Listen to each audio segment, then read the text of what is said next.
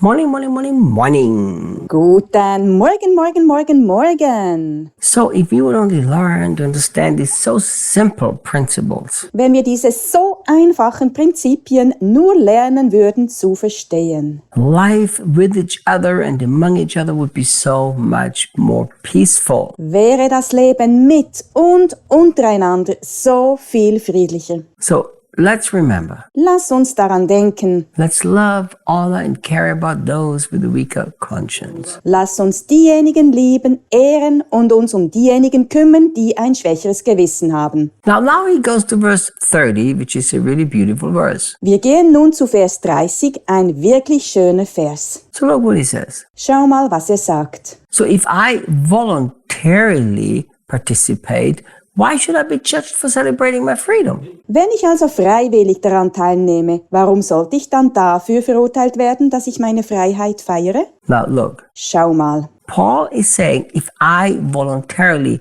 participate in eating this, why does somebody else judge me? They can't do that. Paulus sagt, wenn ich freiwillig mitesse, warum soll mich dann jemand anderes verurteilen? Das können sie nicht tun. Remember, here are the two sides. Denk daran, hier sind die beiden Seiten. I am free, I can eat, I can drink, I can voluntarily eat that meat if I want to. Don't judge me. Ich bin frei, ich kann essen, ich kann trinken, ich kann freiwillig dieses Fleisch essen, wenn ich will. Richtet mich nicht. So Paul is showing both sides. I'm free, but it's always the stronger takes care of the weaker, not the other way around. Paulus zeigt beide Seiten. Ich bin frei, aber es ist immer der Stärkere, der sich um den Schwächeren kümmert, nicht andersrum. So Paul says, you can't judge my freedom, but I'm also not going to use my freedom. Paulus sagt also, du darfst nicht über meine Freiheit urteilen, aber ich werde meine Freiheit auch nicht ausnutzen. So look, he says, whether you eat or you drink, live your life in a way that glorifies and honors God.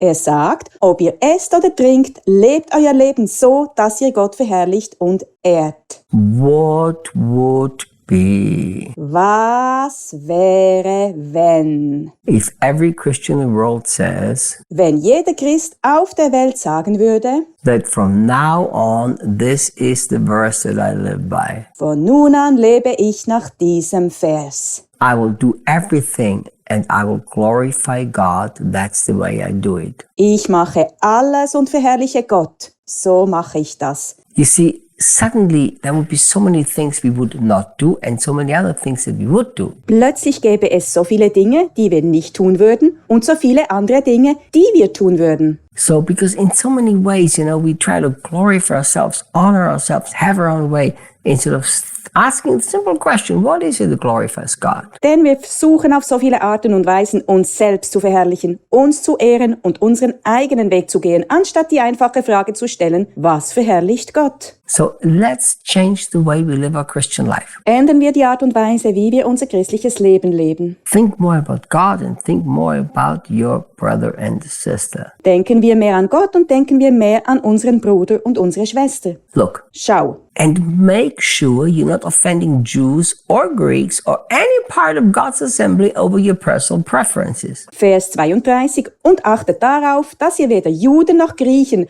noch irgendeinen Teil der Gemeinde Gottes wegen eurer persönlichen Vorlieben vor den Kopf stoßt. Wow. Wow. 3 groups. 3 Gruppen, That Paul says that you should make sure that you don't offend. von denen Paulus sagt, dass du darauf achten sollst, dass du sie nicht vor den Kopf stößt, ihnen kein Ärgernis bist. So your personal preferences are not priority. Deine persönlichen Vorlieben sind also nicht die Priorität. Not offending others is your priority. Die Priorität liegt darin, anderen kein Ärgernis zu sein. So he talks about Jews, he talks about Greeks, and he talks about the assembly, of God, the people of God. Er spricht also von Juden, er spricht von Griechen und er spricht von der Gemeinde Gottes, dem Volk Gottes. It's interesting that Paul divides people into these 3 groups. Es ist interessant, dass Paulus die Menschen in diese 3 Gruppen einteilt. Now, the Jews are the people who obviously are the nation of Israel. Die Juden sind die Menschen, die offensichtlich die Nation Israel sind. When he talks about the Greeks, he doesn't actually talk about the Greeks, but the word should be the Gentiles. Wenn er von den Griechen spricht, spricht er eigentlich nicht von den Griechen, sondern von den Heiden. And then the house of God. Und dann vom Haus Gottes. So, Christians, non-Christians,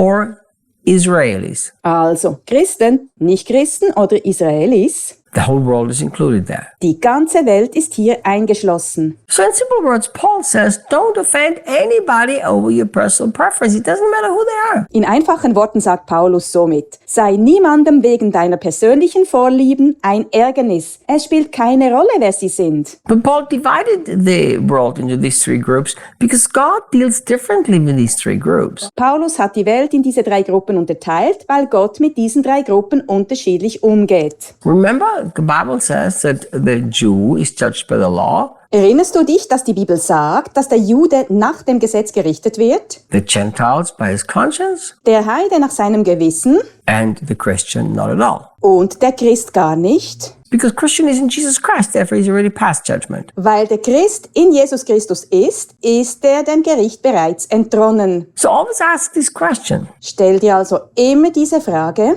How you live your life? Are you being offensive to people in a certain group? Wie lebe ich mein Leben? Bin ich für eine bestimmte Gruppe von Menschen ein Ärgernis? Now, look, I know there is people who will use this. Ich weiß, es gibt Leute, die dies benutzen. They always do. Das tun sie immer. There are always people who said, hey, you have offended me, Es gibt immer Leute, die sagen: Du warst mir ein Ärgernis.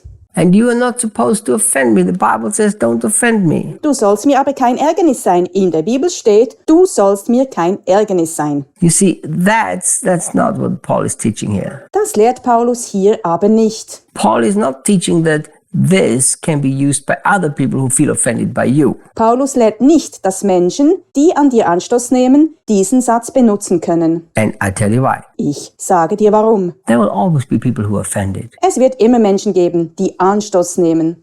Jesus himself said offenses must come. Sogar Jesus selbst hat gesagt, Ärgernisse müssen kommen. But then he said, woe unto them through whom they come. Aber dann sagt er, wehe dem, durch den sie kommen. So Paul did not write that so that people can say, hey, you offended me. Paulus schreibt das nicht, damit die Leute sagen können: Hey, du warst mir ein Ärgernis. No, he gave this as a warning that we as Christians who walk in love should not live to give offense. Nein, er schreibt dies als Warnung, damit wir als Christen, die in der Liebe leben, nicht so leben, dass wir ein Ärgernis sind. So look, I give you a practical example. Ich gebe dir jetzt ein praktisches Beispiel. What I preach has offended people. Was ich predige, verärgert Menschen. This is not my responsibility, neither is it my fault. Das ist nicht meine Verantwortung, es ist auch nicht meine Schuld. Yet, if I say things when I preach them with a motive to offend people, Wenn ich aber Dinge sage, wenn ich predige, mit der Motivation, Menschen zu verärgern, or with this attitude, if I offend you, that's your problem, oder mit folgender Einstellung: Wenn ich dich ärgere, ist es dein Problem, then now it's my responsibility and I have sinned. dann bin ich jetzt dafür verantwortlich und habe gesündigt. So I can't do anything that with the purpose of offending other people, Ich kann daher nicht absichtlich Menschen vor den Kopf stoßen, while I'm not responsible for the offense of other people. während ich nicht dafür verantwortlich bin, wenn Menschen an mir Anstoß nehmen. I hope this is clear. Ich hoffe, das ist klar. Tomorrow we're going to finish this chapter. Morgen beenden wir dieses Kapitel. Then I'm going to think if I will tackle 1 Corinthians 11 or not. Dann überlege ich, ob ich 1. Korinther 11 in Angriff nehme oder nicht. I mean, who wants to talk about head covering? Wer will schon über Kopfbedeckung sprechen? I don't think I want to. Ich denke nicht, dass ich das will. See you guys tomorrow. Bis morgen, Leute.